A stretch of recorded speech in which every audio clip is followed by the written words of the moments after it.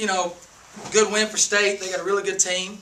We did not play well in the first half. We played really good the first 4 minutes of the first half, come out with a lot of energy, but we lacked that energy. When we go to the free throw line 2 times in a half, I just told the team at halftime, that's the only thing I told them, you went to the free throw line twice.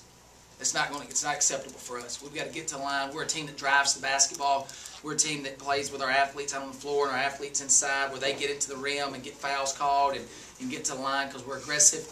And we didn't do that in the first half, and that's the first half killed us from that aspect, and that's why we weren't able to score there. And then second half, we got to get into the paint and making things happen, play with a lot more aggression, play with a lot more toughness, and, you know, probably 2 of the best defensive teams in our league. I expected the game to be a low-scoring game because both of us really guard really hard. We get after each other, and it's tough to score on both teams no matter who we're playing.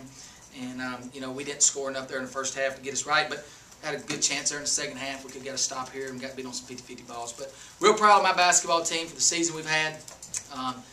All of you guys in here unanimously voted us last in the league. I appreciate that. That gave us a lot of motivation as the season went on.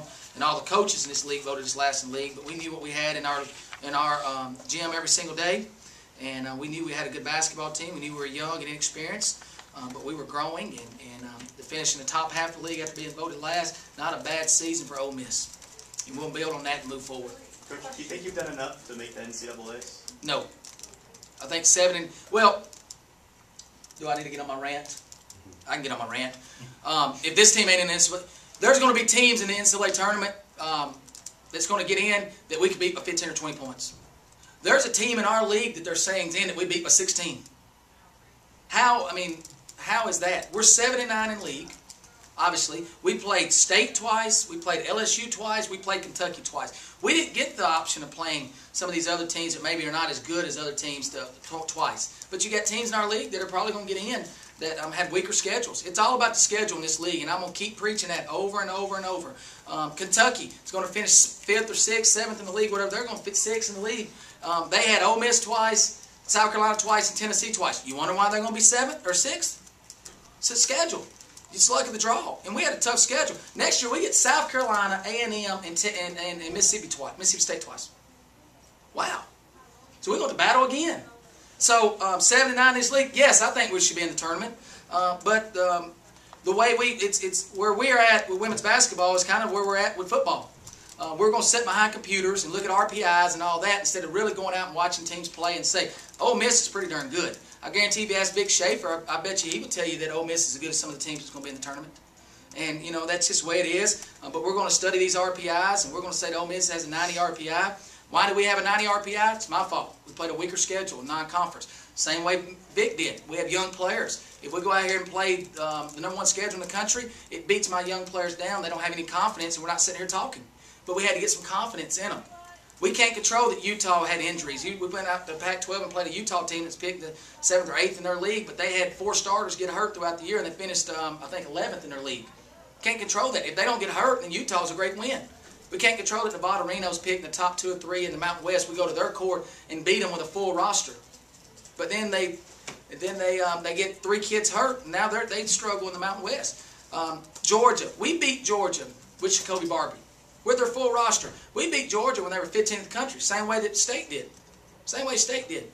But other teams are going to brag about their Georgia win without Barbie. That's a different basketball team.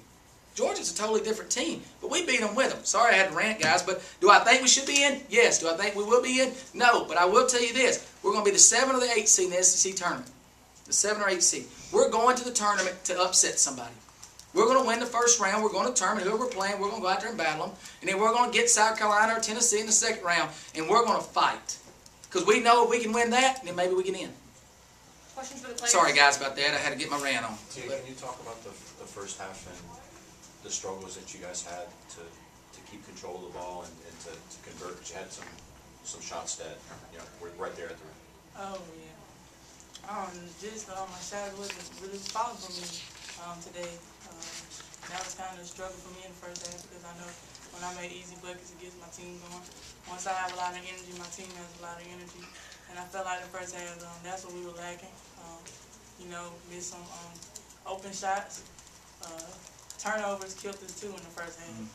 And I feel like we would limit turnovers. I made easy shots around the rim. We went 4 for 14. I didn't even know that. I'll take those same 14 looks on Thursday. Just, disappointed in myself. But like Coach said, we got the SEC tournament. I couldn't be more proud of my team, my coaches, and everything that happened this season. Because it's been a journey for me these last 4 years, and I feel like I became a better player since Coach Matt took over. And I'm gonna just continue to grow. And I know my team, Ole Miss is gonna continue to grow as well. So, it's bittersweet today, last regular season game, but I feel like I let my team down. But the SEC tournament, I promise I won't let them down. She didn't let us down. I'm gonna tell you, this kid right here has faced doubles, triple teams, quadruple teams all year long, and she's averaged a double-double. I think it's the first player since Sylvia Fowles to do it back-to-back years in this league, and she's 6'1". Wow.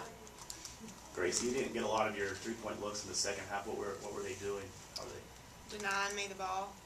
But that also allows Erica Sis to get to the bucket and also allows Queen Hayes to get the bucket. And that's one of my roles on the team, and I take that with pride. And I think that up in this SEC tournament, we're going to do really well getting to the rim. Gracie, can you talk about the first half and what it was like to try to fight through those turnovers? Because a lot of them might have been self-inflicted.